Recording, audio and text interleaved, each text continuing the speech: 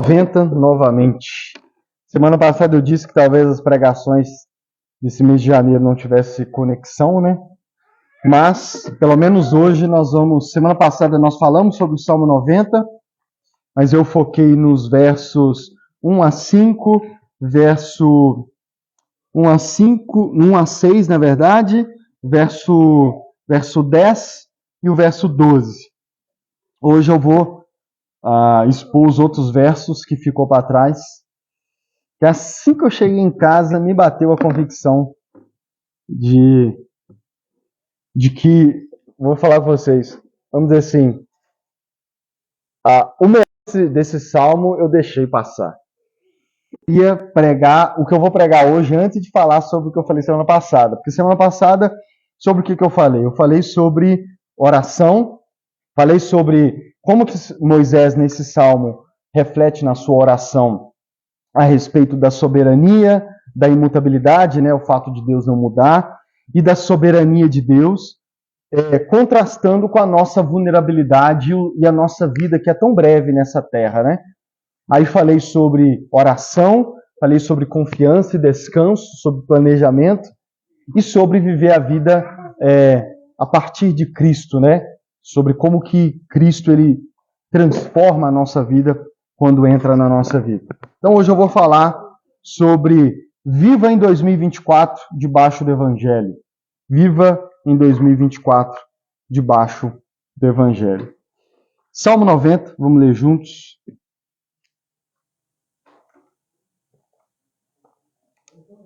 E por que eu disse que essa pregação de hoje talvez deveria ser antes da de semana passada? Porque semana passada eu falei sobre oração, planejamento, confiança e descanso em Deus e sobre viver centrado em Cristo. Só que isso, quem vive assim, são os cristãos. Amém? Quem vive assim, ou pelo menos quem a Bíblia espera que viva assim, são os cristãos. Eu não espero que quem não é cristão viva da forma como eu preguei semana passada. A não ser que se convertam. Certo? Então, o que eu vou falar hoje, os versos que eu vou focar hoje aqui nesse salmo, é para, talvez, principalmente comunicar com aqueles que ainda não são cristãos. Com aqueles que ainda não professaram a fé em Cristo, não entregaram de uma vez por toda a sua vida a Cristo, não se batizaram como uma cerimônia que sela, assim como o meu casamento selou o meu amor pela Jennifer e marcou um antes e depois.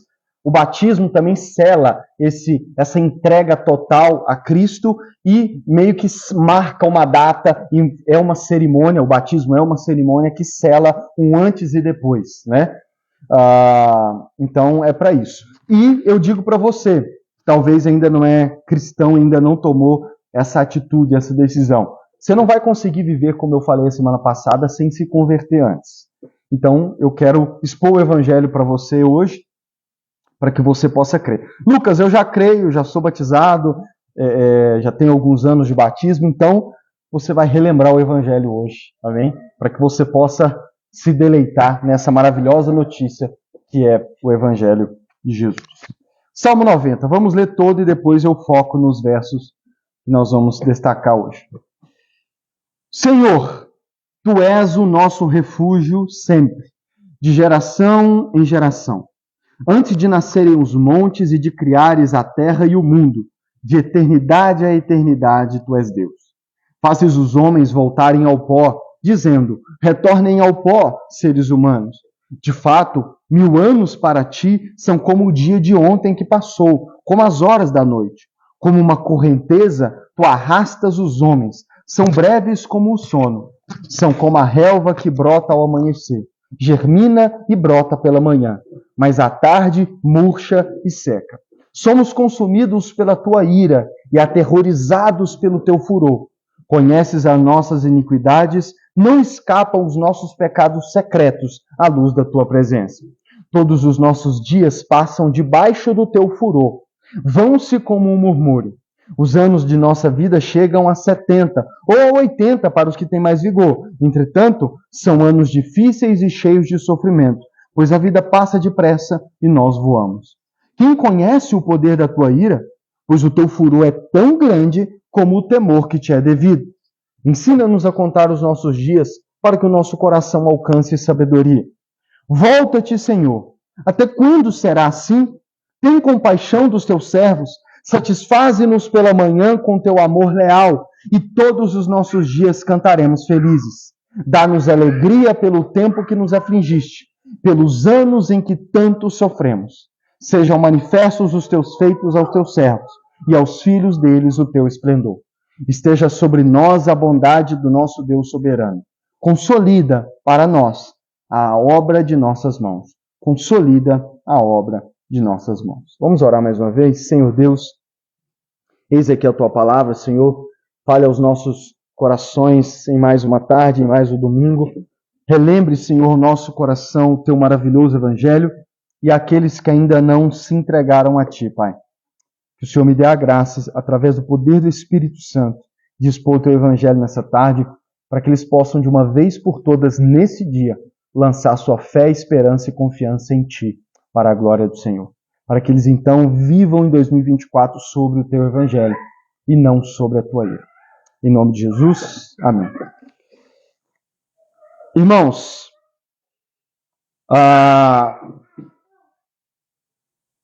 o tema é Viva em 2024 debaixo do Evangelho. De onde veio esse título? Do verso 9. Todos os nossos dias passam debaixo do teu furor.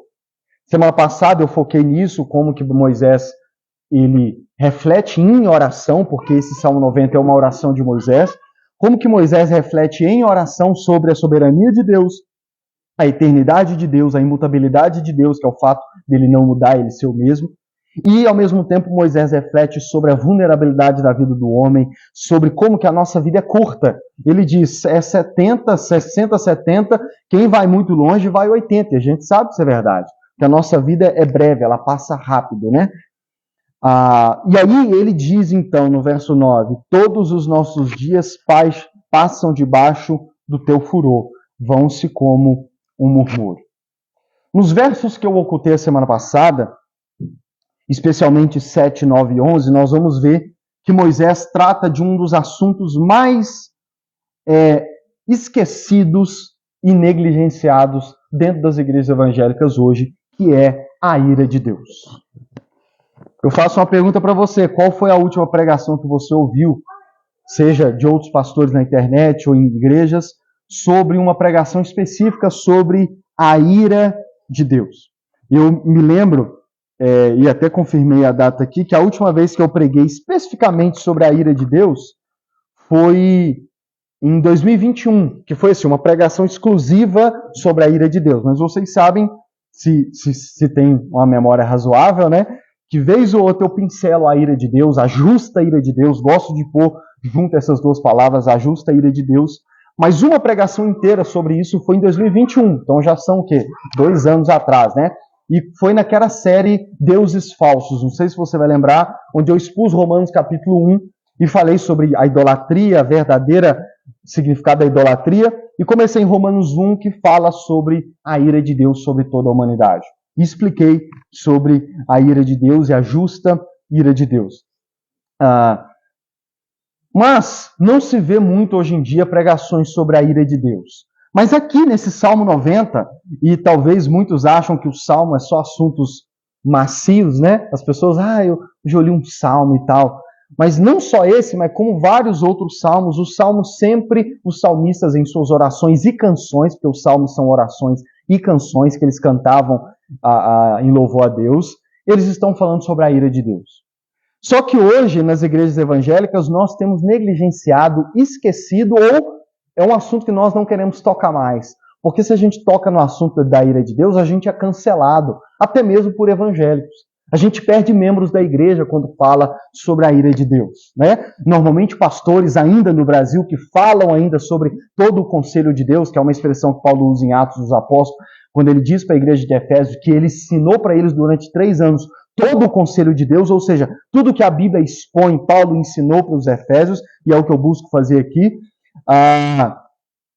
Só que hoje em dia não é popular falar sobre a ira de Deus, porque quando você fala, tem membros que até saem da igreja. Tem membros que, assim como quando Jesus pregava, falam, esse sermão é muito duro. E pastores, como eu disse na internet, que ainda em suas igrejas locais, que ainda pregam sobre a ira de Deus.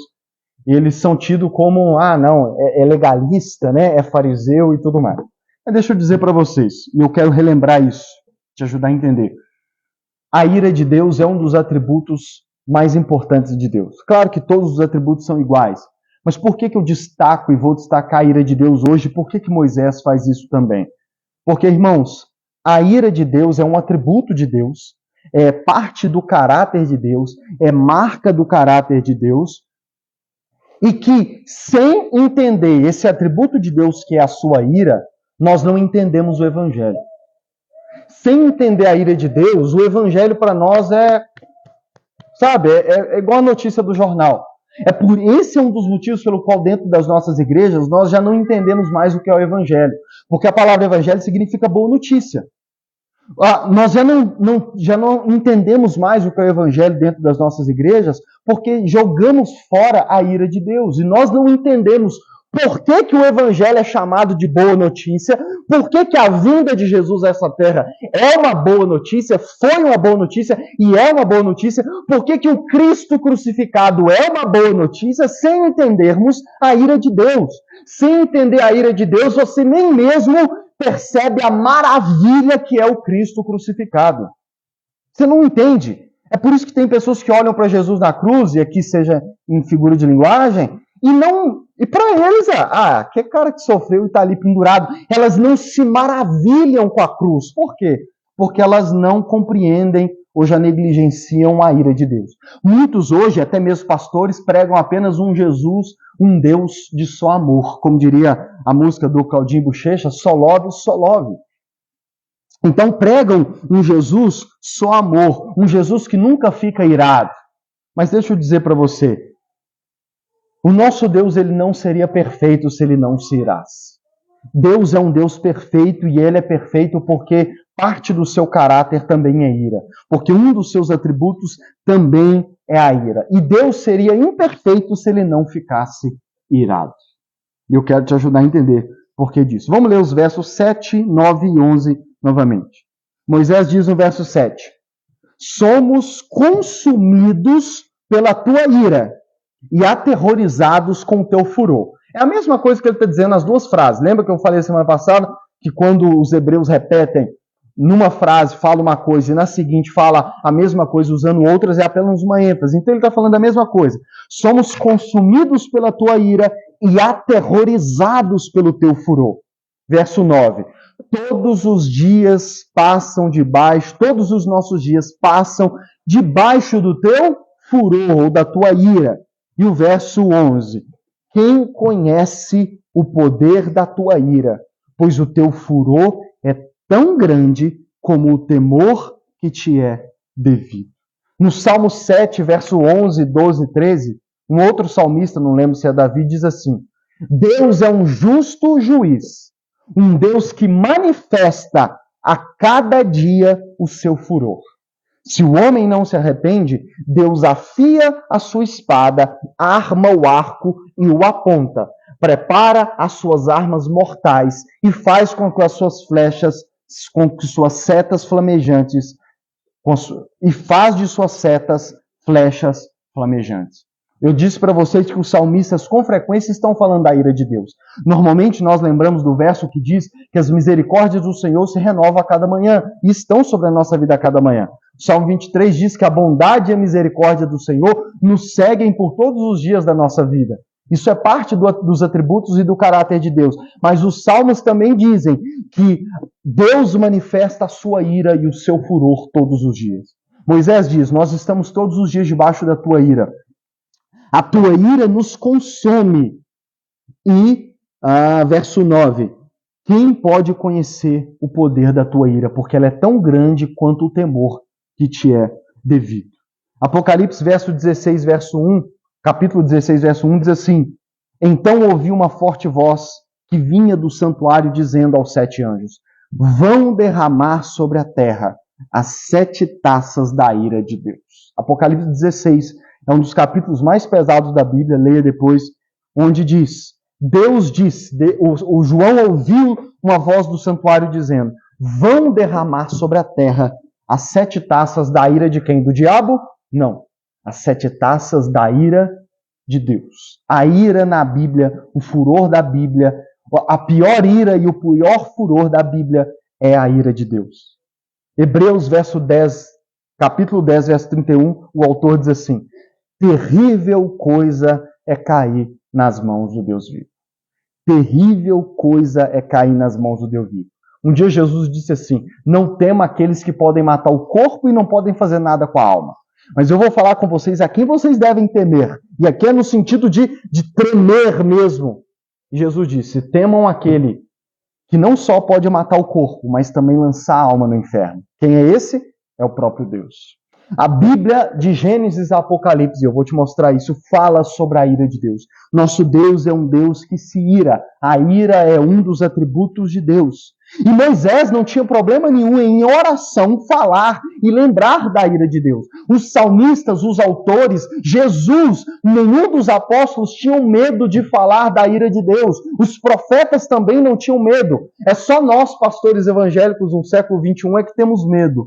Ou que achamos que as pessoas não aguentam ouvir falar sobre a ira de Deus. É só nós, pastores evangélicos de hoje em dia, que achamos que a ira de Deus já não é mais um assunto viável para se tratar na igreja. Deixa eu dizer para você, foi e continua sendo um dos atributos mais importantes de Deus. E como eu disse para vocês, é impossível compreender o evangelho sem compreender a ira de Deus. E deixa eu dizer para você, nós como cristãos, seja entre nós, no púlpito, ou em conversas, ou na leitura da Bíblia, ou evangelizando e conversando com não cristãos, nós não podemos ter receio de tratar da ira de Deus. Porque também é o atributo mais questionado do Deus da Bíblia. Quando as pessoas vão questionar o Deus da Bíblia, do que elas se lembram? Da ira de Deus mandando matar e tudo mais, dilúvio. Tudo bem, está lá, está escrito. E nós não deveríamos ter problema nenhum. Por quê? Porque quando nós compreendemos toda a história bíblica, nós compreendemos a ira de Deus. E aqui eu entro nesse meu próximo ponto. Quando nós falamos sobre a ira de Deus, parece que o que vem à mente das pessoas, ou quando a gente lê as passagens que falam da ira de Deus, parece que o que vem à mente delas é o Incrível Hulk. Já assistiu o Incrível Hulk? Aquele cara que qualquer coisinha, né? O Bruce Banner falava, você não vai querer me ver nervoso, né? E aí sai pra fora e o Hulk esmaga, sai destruindo tudo. E você já viu que o Hulk, o Bruce Banner, ele pensa. Mas o Hulk é meio... Ele não pensa muito, não. Você já lembra dos filmes, né? O Hulk não pensa muito. A hora que o Hulk sai pra fora, é Hulk esmaga, né? Tanto que quando eles precisam de alguém para esmagar o que vê na frente, é o Hulk que eles chamam. Ou então lembra do Zangado dos Sete Anãos?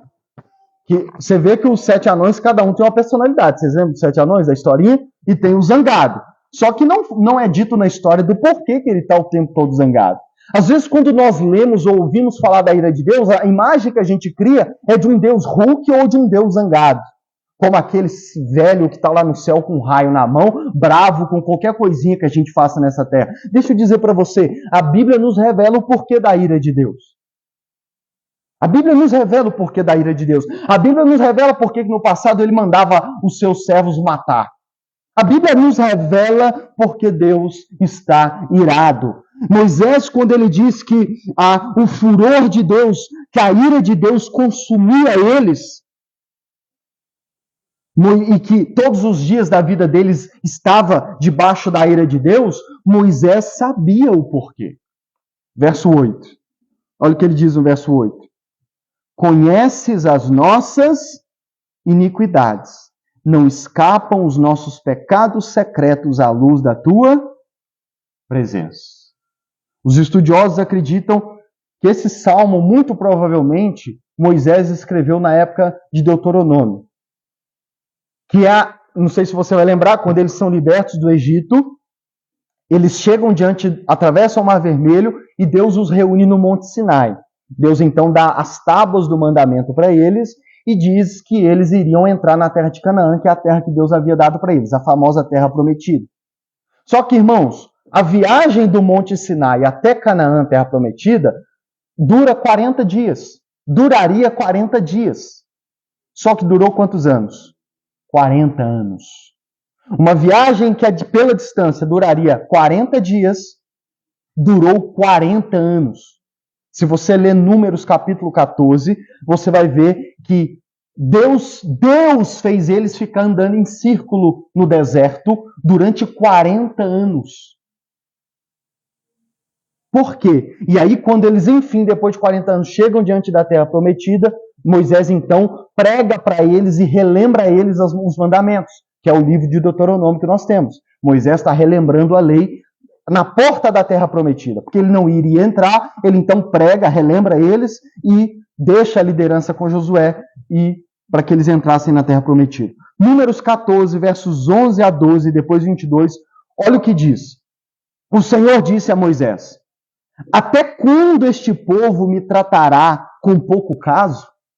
Até quando se recusará a crer em mim, apesar de todos os sinais que realizei entre eles? Eu os ferirei com praga e os destruirei, mas farei de você uma nação maior e mais forte do que eles. Verso 22. Nenhum dos que viram a minha glória e os sinais miraculosos que realizei no Egito e no deserto, e me puseram à prova e me desobedeceram 10 vezes, nenhum deles chegará a ver a terra que prometi com juramento aos seus antepassados. Ninguém que me tratou com desprezo haverá. Aqui está o porquê eles ficaram 40 anos rodando o deserto, uma viagem que duraria 40 dias. O estopim foi Deus ter mandado eles enviar espias para conhecer a terra, estudar a terra antes deles invadirem, deles assumirem o controle e entrarem na terra.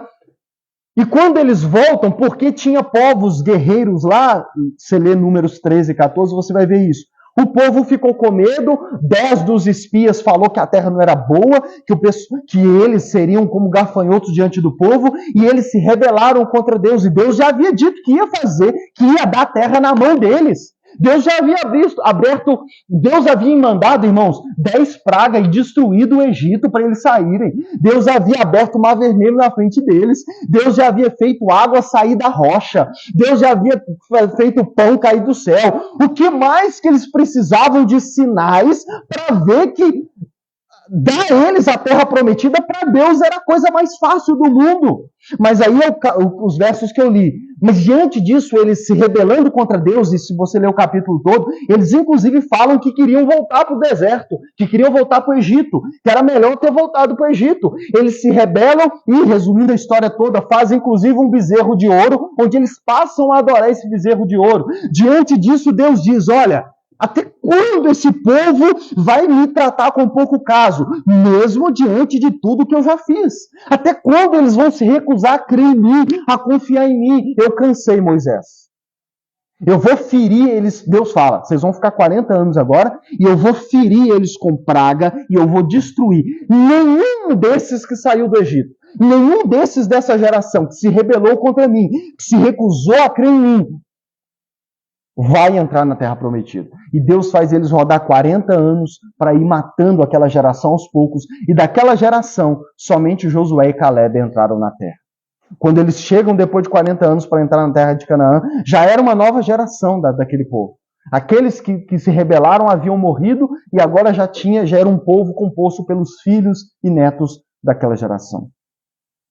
Portanto, irmãos, por que Moisés diz que eles estavam sendo consumidos pela ira de Deus? Porque Moisés viu, irmãos. Moisés viu durante 40 anos Deus consumir aquele povo. Moisés viu durante 40 anos Deus os fazer andar em círculo para os matar, literalmente. E nós não podemos ter receio de dizer isso. Para os matar no deserto. Para acabar com eles no deserto. Por quê? Porque eles eram inocentes. Deus fez isso do nada. Deus caiu da cama, acordou um belo dia zangado. Ou então Deus, só porque eles fizeram uma coisinha boba. Não, irmãos, aquele povo era um povo rebelde. Você já leu Êxodo, Levítico, Número, Deuteronômio? Irmãos, pelo amor de Deus, que povinho era aquele, meu Deus do céu?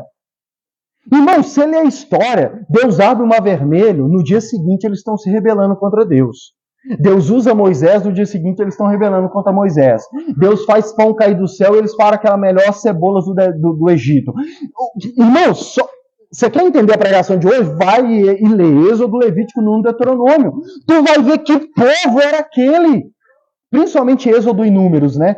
Êxodo e Números. Leia só Êxodo e Números, você vai conhecer esse povo. E você vai ver que Deus não estava como o incrível Hulk, o zangado dos 7 anões, irado à toa. Deus estava irado porque, conforme Moisés diz, conheces as nossas iniquidades, não escapam os nossos pecados secretos à luz da tua presença.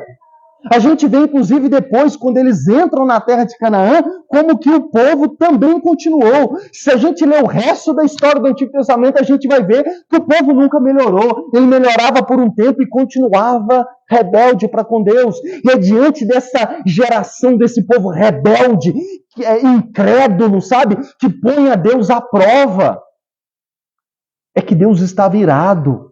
Deus estava irado, Deus estava consumido por causa dos pecados daquela nação. Agora deixa eu dizer para vocês uma coisa. Isso não é verdade apenas sobre a vida daquele povo. Deixa eu dizer para você, isso que nós estamos lendo aqui, a ira de Deus não era uma realidade apenas sobre a vida da nação de Israel. Deixa eu dizer para você, essa é uma realidade sobre a vida de toda a humanidade. Todos nós. Quando Moisés diz que estamos debaixo da ira de Deus, estamos consumidos pela ira de Deus, deixa eu dizer, não é verdade apenas, ou foi verdade apenas para o povo de Israel. É verdade também sobre a nossa geração. É verdade sobre toda a humanidade. Desde Gênesis capítulo 3, quando o pecado entrou no mundo por Adão e Eva. Isso é uma realidade sobre todos os seres humanos da terra. Paulo, em Romanos 3, verso 23, um verso tão famoso, ele diz, pois todos pecaram e estão destituídos da glória de Deus.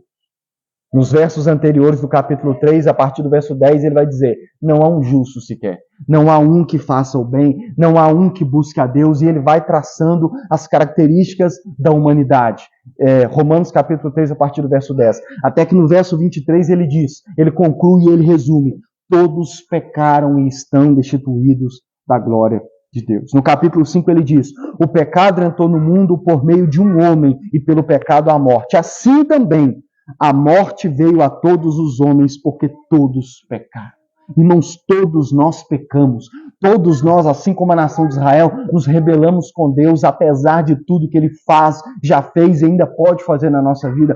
Todos nós temos os nossos pecados secretos, como Moisés fala a respeito daquele povo. Todos nós, irmão. Você está bonitinho me olhando, me ouvindo, você vai estar na sua casa ouvindo a pregação depois, ou você também pode me ver aqui com a camisa social bonitinha. Irmãos, todos nós pecamos, todos estamos destituídos da glória de Deus, todos nós, irmãos, temos os nossos pecados secretos, todos nós temos, em certa medida, uma vida dupla, todos nós temos aqueles certos pecados, pensamentos que só Deus conhece, que às vezes nem o nosso cônjuge sabe, nem o nosso pastor sabe, nem o nosso melhor amigo sabe. Todos nós temos, irmãos, o pecado habitando em nós, aqueles pecados secretos em nós, irmãos. Todos pecamos e estamos destituídos da glória de Deus. E isso é desde que Adão e Eva pecaram. Desde que eles pecaram, o pecado contaminou todo o resto da humanidade.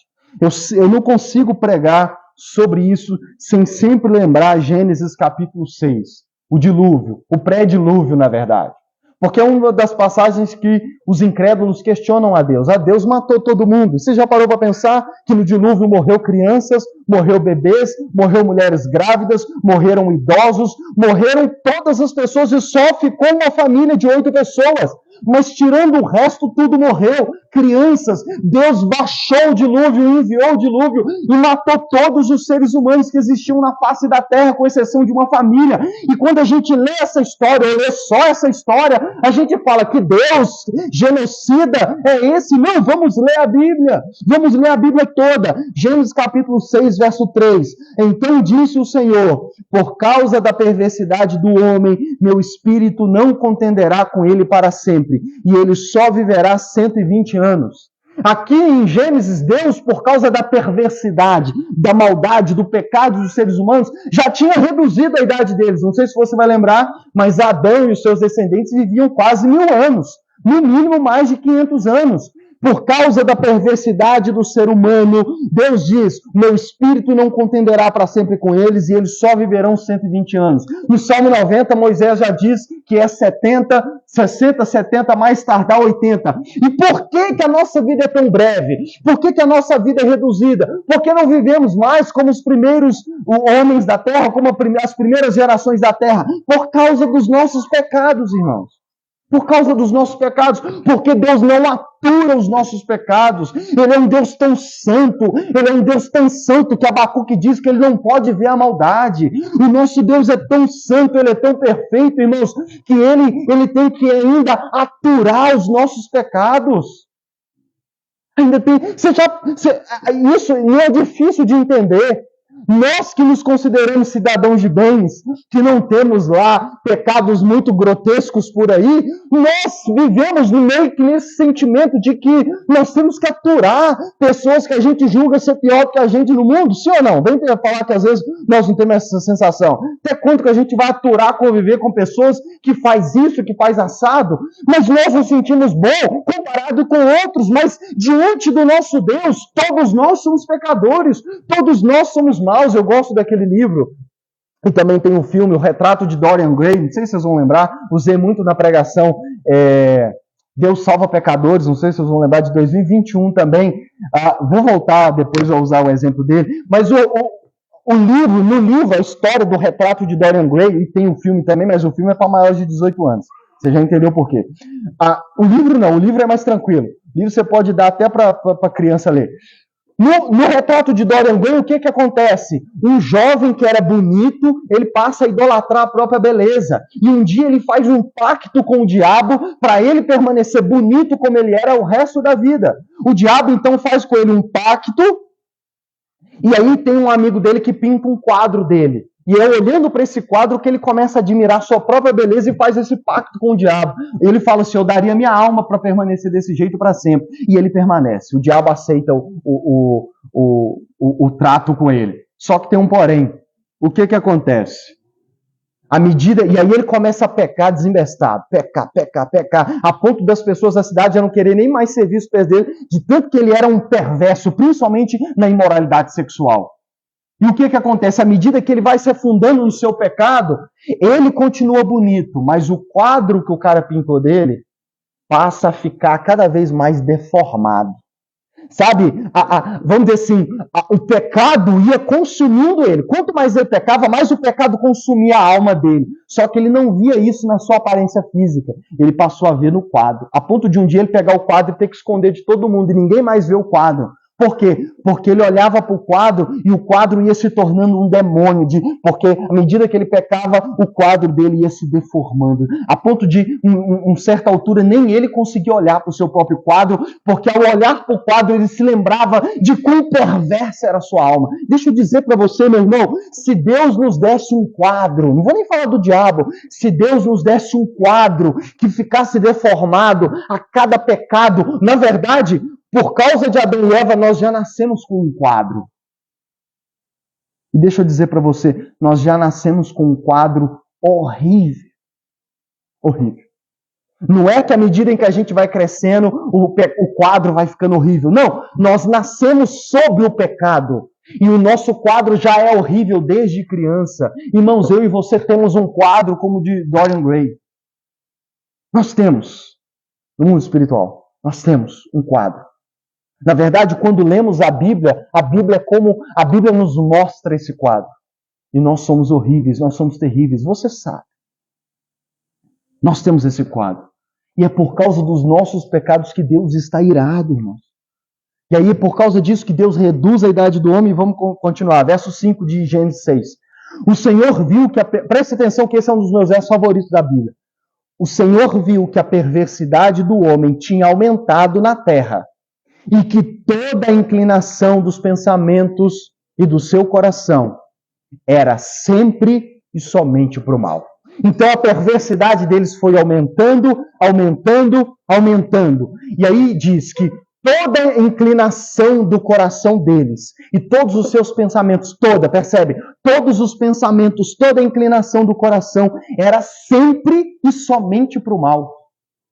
sempre e somente para o mal. Isso significa que na superfície, até o que eles faziam de bom, no interior havia sempre essa maldade, esse pecado secreto por trás. Então o Senhor arrependeu-se de ter feito o homem sobre a terra, e isso cortou-lhe o coração. E disse o Senhor: farei desaparecer da face da terra o homem que criei. Esse é o contexto do dilúvio. O dilúvio não é uma injustiça. O dilúvio é a justa ira de Deus caindo sobre toda a humanidade. Por quê? Por causa dos nossos pecados. Deus não está irado à toa, irmãos. Deus não está irado à toa. Por isso que em Romanos 1, verso 18, Paulo diz: a ira de Deus é revelada dos céus contra toda impiedade e injustiça dos homens. E Romanos 1 dá também, pinta o quadro da humanidade. Você quer ver o quadro de nós seres humanos, o meu e o seu quadro? É só ler Romanos. Ler Romanos. Por isso que ao longo da história da igreja, grandes pregadores e cristãos que fizeram parte da história da igreja se converteram quando leram Romanos. Porque Romanos é uma das principais cartas do Novo Testamento que pinta esse nosso quadro na nossa frente. Deus está irado, mas está irado contra os nossos pecados. No capítulo 2 de Romanos, Paulo diz assim: contudo, por causa da sua teimosia e do seu coração obstinado, você está acumulando ira contra si, para o dia da ira de Deus, quando se revelará o seu justo julgamento. À medida em que nós pecamos e temos um coração teimoso e obstinado, assim como o povo de Israel, tá? Que a nossa geração não é diferente da geração de Israel. Nós, seres humanos, somos os mesmos, tá, irmãos? Às vezes nós lemos e falávamos, que povinho. Não, nós somos os mesmos. Se você um dia se tornar pastor de uma igreja, tu vai ver como que nós somos assim. Se você já conheceu cristãos por aí, já dependendo do tanto que você convive nas igrejas, você sabe que nós somos assim. Nós somos assim, irmãos.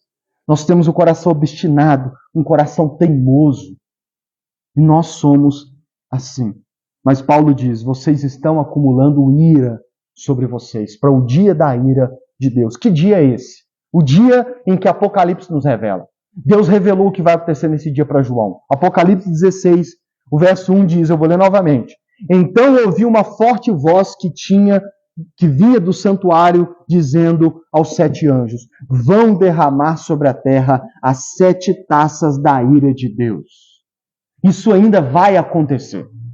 Apocalipse 16 ainda vai acontecer. Deus ainda vai bradar do alto céus aos seus anjos, dizendo, derramem sobre a terra as 7 taças da minha ira. O capítulo 15 anterior de Apocalipse diz que esse dia vai acontecer quando se completar a ira de Deus. Paulo diz em Romanos que o ser humano teimoso vai acumulando ira. Apocalipse 15 diz que um dia essa ira, já estou por aqui, já estou estourando, vai chegar num ponto em que Deus vai dizer, agora não dá mais, agora eu vou derramar os 7 taças da ira de Deus. Se você ler o capítulo 16 de Apocalipse, diz, então quando Deus fizer isso, o povo vai se arrepender. Não, olha o verso 9. Contudo, se recusaram a se arrepender. Verso 11. Recusaram-se a arrepender-se das obras que haviam praticado. Deus derrama o cálice da sua ira, as 7 taças da ira de Deus, sobre e por causa dos pecados dos seres humanos. Mas Apocalipse 16 diz, João já nos avisa, que quando esse dia chegar, nem debaixo da ira de Deus o povo vai se arrepender, as pessoas se arrependerão. E é por isso que um teólogo, A.W. Pink, diz que a ira de Deus é a santidade de Deus posta em ação contra o pecado. O que é a ira de Deus? E por que eu disse que Deus é perfeito porque ele fica irado? Porque o pecado nos destrói, irmão. Você ainda tem dúvida disso, irmão? O pecado nos destrói, o pecado nos corrói, o pecado acaba com a humanidade. O problema, a raiz de todos os nossos males no casamento, na família, na sociedade, é o pecado, irmãos. E nós gostamos do bendito do pecado. Do amaldiçoado, do maldito do pecado, né? Bendito. E nós adoramos o pecado, nós somos teimosos, nós somos como os porcos que quando lavados voltam para a lama. Pedro diz que a gente também é como o cachorro que vomita e vai lá comer o vômito. Essa semana eu presenciei isso ao vivo e a cores. Nós adoramos o pecado, irmãos. Até quando nós convertemos e viramos evangélicos, o que nós temos visto de pecados dentro da igreja, irmãos, nós gostamos. Hoje eu estava vendo a notícia de um pastor que começou a abusar de pelo menos 3 moças da igreja num período de 2010 a 2021 e ainda falava com elas que ter relação com ele ajudaria ou no casamento ou no futuro casamento. Desgraçado! Vai ser preso, já está preso. E que morfe na cadeia. Que usa o nome de Deus em vão, irmãos. Então nós gostamos, irmãos, por isso que a ira de Deus derramada sobre a humanidade é justa. Foi no dilúvio e será em Apocalipse 16. É justa porque é contra os nossos pecados. É contra a nossa teimosia, é contra a nossa desobediência, é contra nós que ainda gostamos do pecado e adoramos o pecado. É contra as nossas maldades, nossos pecados, nossa rebelião, nossas injustiças. Hoje em dia nós falamos muito sobre as injustiças da sociedade e você acha que Deus está cego? Às vezes a gente acha que Deus está cego, mas deixa eu dizer para você, Deus não está cego, mas a palavra diz que esse período em que aparentemente Ele não está fazendo nada, é a graça e a misericórdia te dando a oportunidade de arrependimento. Mas esse tempo vai passar. E assim que passar, os 7 cálices da ira vão ser derramados. E nesse dia não vai ter, como diz o pregador Lu, não vai ter anistia nesse dia. Não vai ter perdão. Não vai ter graça. Não vai ter misericórdia. Assim como a porta da arca fechou um dia, a porta da graça vai fechar. A porta da graça vai fechar. E as 7 taças da ira de Deus vão ser derramadas sobre a humanidade. Agora, essa realidade, irmãos, entenda, afeta todos nós sem exceção. Paulo diz a Timóteo assim, os pecados de alguns são evidentes. E aqui poderíamos falar aqui desse pastor abusador, dos pedófilos, dos assassinos. Os pecados de alguns são evidentes. Todo mundo vê, está às claras. Mas aí ele diz, mesmo antes de serem submetidos a julgamento, tem pessoas que antes de Apocalipse 16, eles já mostram os seus pecados. Aí Paulo continua dizendo, enquanto que os pecados de outros se manifestam depois, posteriormente. Irmãos, há pecados secretos, como Moisés diz aqui no verso 8. Não escapam os nossos pecados secretos à luz da tua presença. Deixa eu dizer, irmãos, tem pecados nossos secretos que ninguém pode descobrir enquanto estivermos nessa vida. Mas naquele dia, irmãos, não vai ter pecado escondido, pecado oculto. Como Jesus um dia disse, não haverá nada oculto que não virá a ser revelado. Paulo diz em 1 Coríntios 4, esperem até que o Senhor venha. Ele trará à luz o que está oculto nas trevas e manifestará as intenções dos corações. Vai chegar um dia em que Deus vai manifestar as intenções do meu coração para pastorear uma igreja e para estar pregando todo domingo aqui para vocês. Deus vai pôr à luz, às claras, qual eram as minhas verdadeiras intenções. Assim como as suas verdadeiras intenções para tudo que você fez e vai fazer nessa vida. Deus trará à luz Jesus naquele dia de Apocalipse 16, no dia do juízo final, porque ele é verdade. Nós na igreja paramos de falar sobre o juízo final, mas ele vai acontecer no dia do juízo final. Irmãos, tem gente que diz, o mundo vai acabar. Não, o mundo não vai acabar, mas haverá um juízo final. Amém? E o mundo não vai acabar. Mas depois do juízo final, uns viverão eternamente em tormento no inferno, pagando por todos os seus pecados, e outros, os eleitos de Deus, estarão na eternidade, desfrutando do perdão, da graça e da misericórdia. Mas vai chegar um dia em que todos os pecados ocultos, ainda que nós não descobramos nessa terra, vão ser revelados, vão ser tragos à luz. É por isso que Moisés diz que todos os dias passam debaixo do furor de Deus, porque somos pecadores. E a ira de Deus é revelada dos céus, como Paulo diz em Romanos. Mas para não ficar só na má notícia, aleluia, para não ficar só na má notícia. Versos 13 a 17, eu vou linkar com o clamor de Moisés. Versos 13 a 17 do Salmo 90.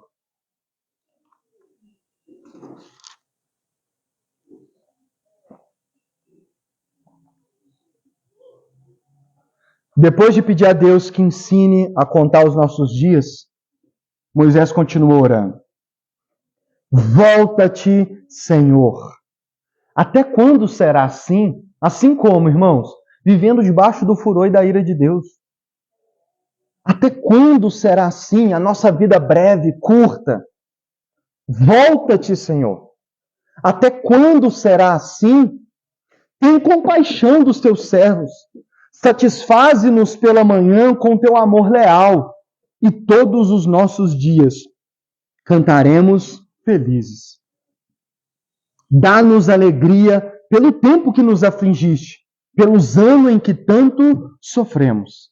Sejam manifestos os teus feitos aos seus servos e aos filhos deles o teu esplendor. Esteja sobre nós a bondade do nosso Deus soberano. Moisés clama a Deus: volta, Senhor. Senhor, volta. Volta a nós.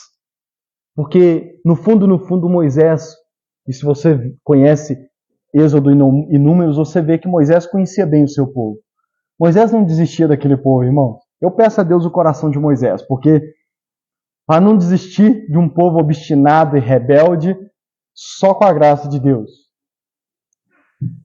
Moisés pede: Senhor, volta. Por quê? Porque no fundo Moisés sabia que se Deus esperasse o povo voltar até ele, isso nunca aconteceria.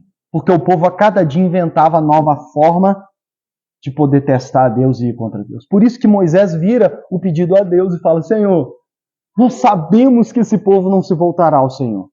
Portanto, volta o Senhor a nós. Vem o Senhor ao nosso encontro. Volte a nós.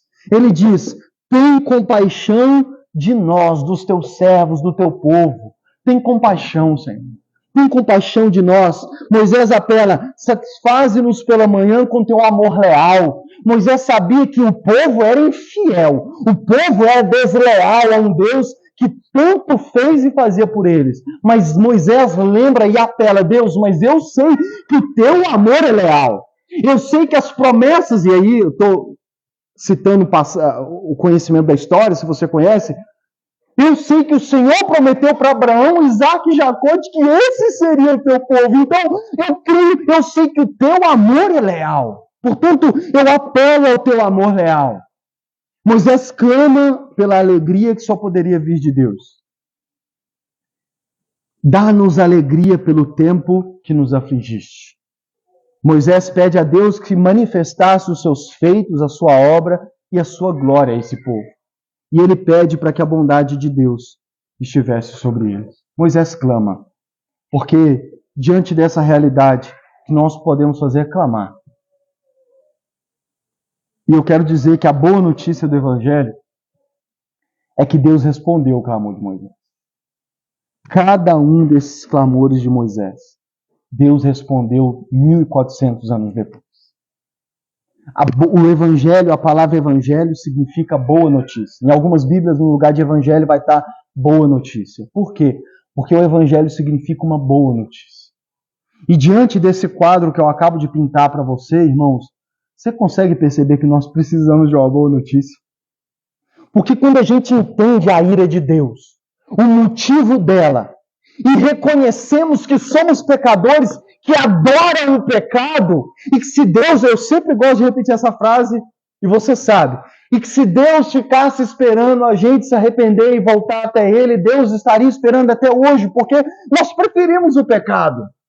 Nós preferimos o que é errado. Eu tenho um filho que vai fazer 2 anos no próximo dia 9. E eu já vejo como que a facilidade que ele tem para fazer o que é errado é muito maior para fazer o que é certo. Nós nascemos assim, nós amamos o pecado. Ele já faz coisas que nem eu, nem a mãe dele, ou os primos dele, ou os colegas da igreja, ensinou ele a fazer. E ele faz. Por quê? Por causa do pecado que já habita dentro dele. O Hulk já está saindo para fora. O pecador, o homem pecador já está saindo para fora. Irmãos, nós precisamos de uma boa notícia. Nós precisamos de uma boa notícia. E o Evangelho é essa boa notícia. Por isso que eu disse para vocês que, sem compreender a ira de Deus, nós não compreendemos como que o Evangelho é uma boa notícia. Se a gente não passa pela noite escura, a gente não entende a beleza que é o raiar do sol. Se a gente não passa por uma noite de choro, a gente não entende como que a alegria de manhã é bela. Se a gente, recentemente eu usei esse exemplo. Se eu pego uma bandeira branca, imagina que eu pego uma bandeirinha branca e começo a balançar aqui, ó. Para nós é o quê? Ó, pouca coisa. Bandeira branca? O que o Lucas está arrumando, balançando a bandeira branca? Agora, se nós estivéssemos lá na Rússia e Ucrânia, se nós estivéssemos lá em Israel, na faixa de Gaza, e alguém levantasse uma bandeira branca, irmãos, seria totalmente diferente. Porque eles iriam entender que a bandeira branca era um pedido de paz ou um sinal de que a guerra acabou.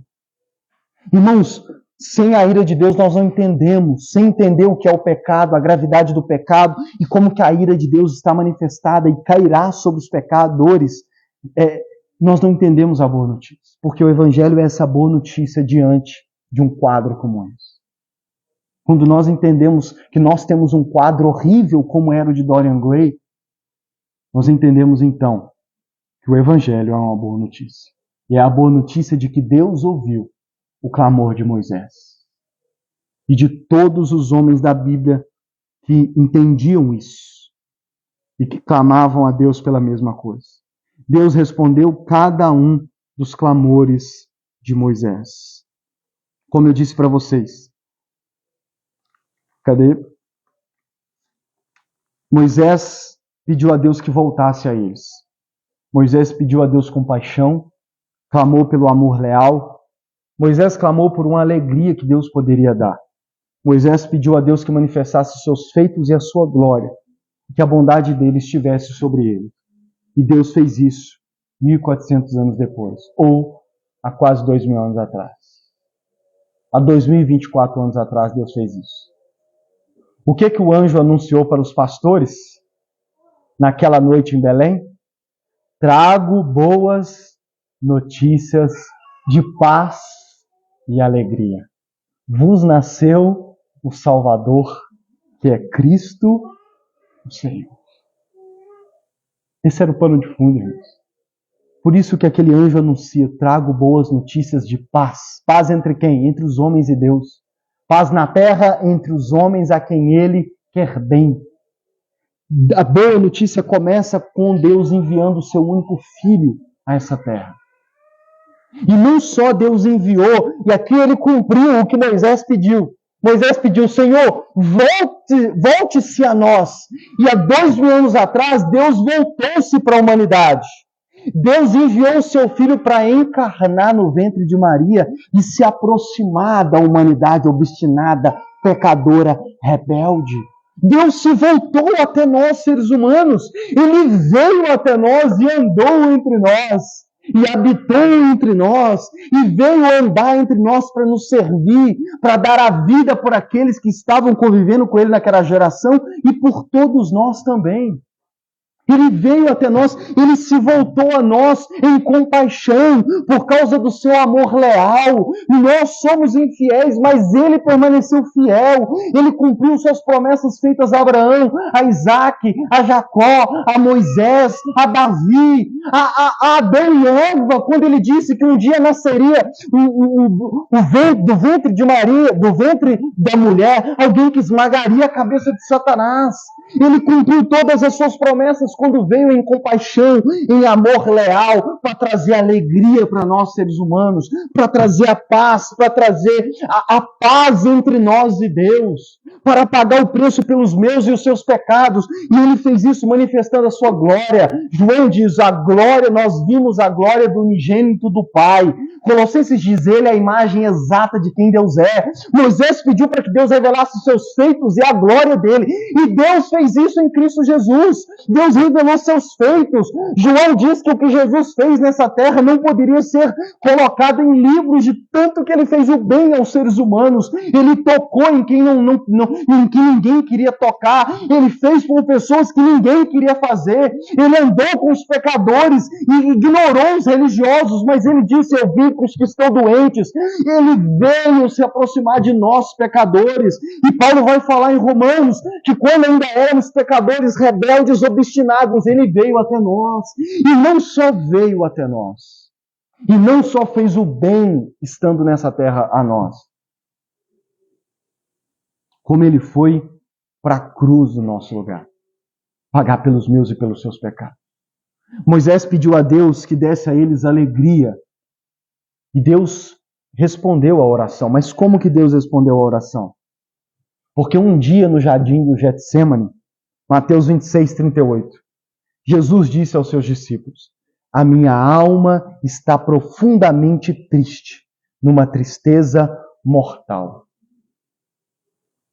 Lucas vai dizer que, Lucas 22, 44, estando angustiado, ele orou ainda mais intensamente, e o seu suor era como gotas de sangue que caíam ao chão.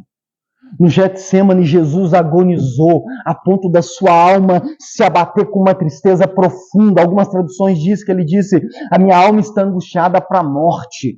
Ali ele já estava sendo angustiado, sendo tomado de uma tristeza, de uma angústia, a ponto dele agonizar de tal forma que dos poros dele saiu não só suor, mas também gotas de sangue. De tal foi a agonia que estava sobre Cristo no jardim do Getsemane. E você sabe que é ali que toda começou. É ali que a paixão de Cristo começou. Com aquela agonia no jardim do Getsemane. E horas depois viria Judas com o exército, o levaria e enfim o crucificaria. Agora a pergunta é: por que Jesus suou sangue? Por que Jesus estava angustiado com aquela tristeza? Jesus era um cara que aparentemente era tão feliz, era tão bem resolvido. Por que ele foi tomado de uma angústia? Ele mesmo revela na oração que ele fez em angústia. Ele diz: meu Pai, se for possível, afasta de mim este cálice. Contudo, não seja como eu quero, mas sim como tu queres. O que estava caindo sobre Cristo que gerou aquela angústia nele? O cálice. Que cálice é esse? Apocalipse 16, 19. Lembra que Apocalipse 16 fala das 7 taças da ira? Verso 19 diz que o cálice do vinho do furor da sua ira. O cálice que Jesus pede para passar dele, irmãos, era o cálice da ira de Deus. Porque Cristo estava já começando em agonia, sentia as dores de parto, porque ele já iria ser levado para a cruz, para todo o sofrimento da sua paixão, onde ele iria ser crucificado no meu e no seu lugar. Iria cair sobre Cristo, nós cantamos isso aqui, caiu sobre ele todo o cálice da ira de Deus. Isaías 53 nos fala sobre isso, todo o cálice cheio da ira de Deus, que eu e você merecemos, que eu e você merecemos, caiu sobre Cristo naquele dia, já no jardim do Getsemane. Ali ele já começou a sentir o peso que era o cálice da ira vindo sobre ele, e ele começa a se angustiar e ser tomado daquela tristeza, e ele enfim é levado para a cruz, depois de sofrer bastante, ele é levado para a cruz, e na cruz ele diz uma das frases que normalmente as pessoas não entendem: meu Deus, por que me abandonaste? Irmãos, por que Cristo orou na cruz dizendo que o Pai o havia abandonado? Por que o Pai abandonou Cristo? O Pai abandonou Cristo, o abandonou naquele dia. Naquelas horas da crucificação, o Pai virou as costas para o Filho. Por que Deus Pai virou as costas para Deus Filho, irmãos? Porque estava sobre Cristo naquele momento a sua ira. O que nós merecíamos, por nós sermos pecadores, era nós que merecíamos Deus virar as costas para nós. Por isso que Moisés diz: volta-se a nós. E Deus voltou-se a nós, seres humanos. Mas às custas de quê? Às custas de virar as costas para o seu Filho na cruz do Calvário. E hoje Deus pode se voltar a nós. Deus pode nos dar alegria plena, como Moisés pede.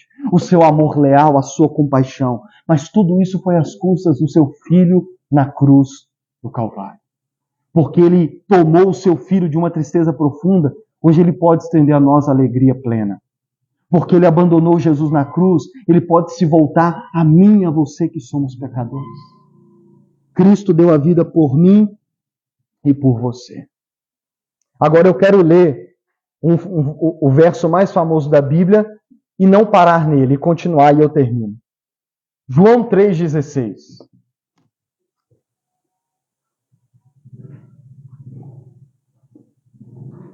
Lucas, eu sei disso tudo que você está falando. Tá, e o que você fez com isso até hoje? João 3,16. E eu vou continuar. Porque Deus tanto amou o mundo, que deu o seu Filho unigênito, para que todo o que nele crer não pereça, mas tenha vida eterna. Até aí você já conhece.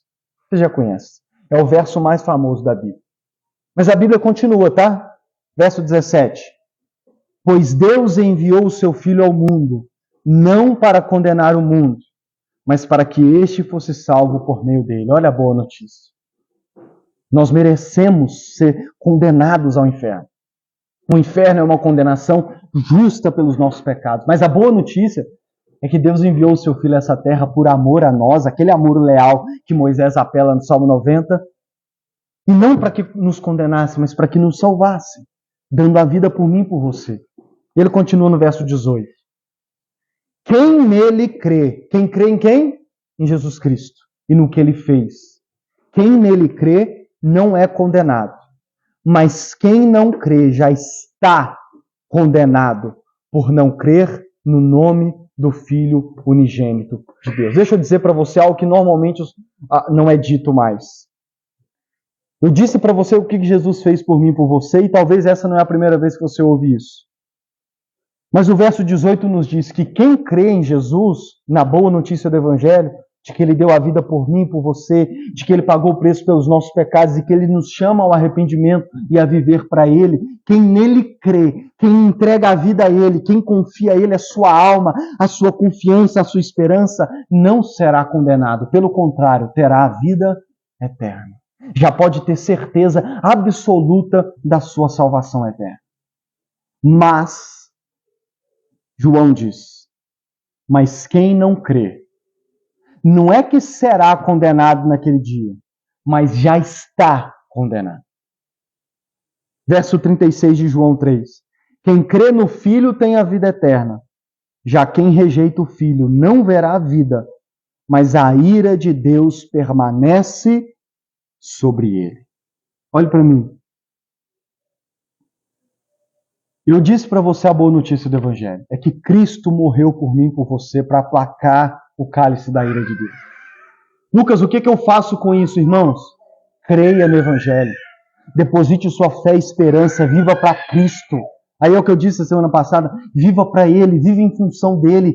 Se apegue a Ele de tal forma e não o largue. Lembra que Jacó segurou o anjo e não largou até que o anjo o abençoasse? Deixa eu dizer, nós temos que nos apegar a Cristo de tal forma, mas não é ficar segurando Ele até que Ele nos abençoe. Não tem nada a ver com bênção dessa terra. Nós temos que nos apegar a Ele, porque a vida está nele, para que não sejamos condenados, para que o cálice da ira de Deus não caia sobre mim e você, para que, estando debaixo de Cristo, sobre o Evangelho e a boa notícia, o furor da ira de Deus passe de nós e nós tenhamos vida eterna. Mas aí João diz, mas se você não crê em Jesus, se você fizer pouco caso dele, se você o rejeitar, se você o negligenciar, se mesmo sabendo de tudo isso, você pode saber tudo que eu disse para você de cor e salteado, mas se você não lança sua fé em Cristo, Paulo diz, não é que você vai ser condenado naquele dia, você já está condenado, porque você não tem Cristo, porque você não confia em Cristo, porque a sua vida não é de Cristo.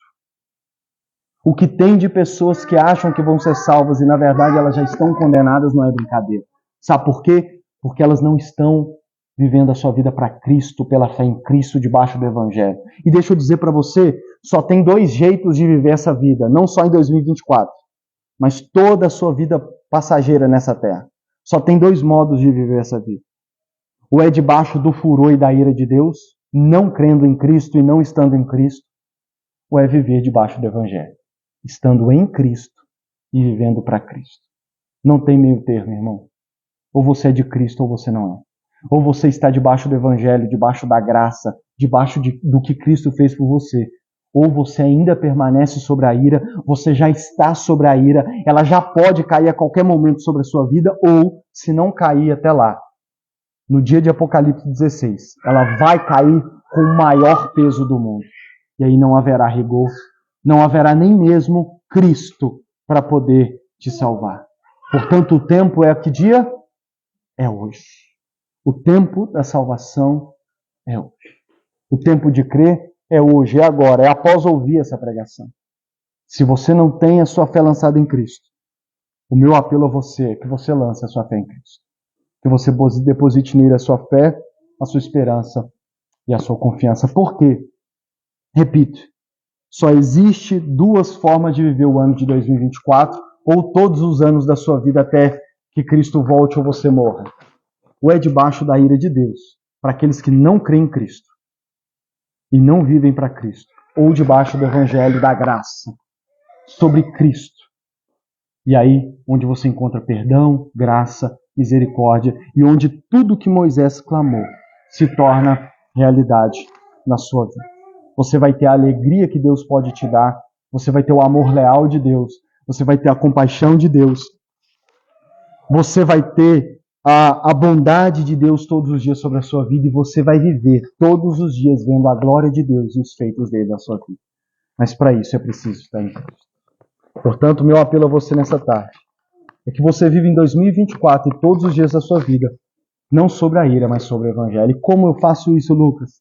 Crendo em Jesus, entregando a sua vida a Ele e mudando radicalmente a sua vida, passando a viver por Ele. Vamos orar? Senhor, nosso Deus e nosso Pai. Deus, obrigado, Senhor, pela Tua palavra. Sei que relembrar e falar sobre a Tua ira torna o sermão um pouco pesado, torna as palavras pesadas, e deve ser assim. E deve ser assim, eu não peço desculpas, porque deve ser assim. Porque nós precisamos entender a gravidade e qual é o verdadeiro problema da nossa vida, que é o pecado e é a justa ira de Deus sobre a vida de todos aqueles que vivem no pecado. Portanto, Senhor, essa é a má notícia de toda a Bíblia. E essa é a dura realidade que nós, pregadores, precisamos voltar a pregar e que nós, a Igreja de Jesus, precisa voltar a pregar.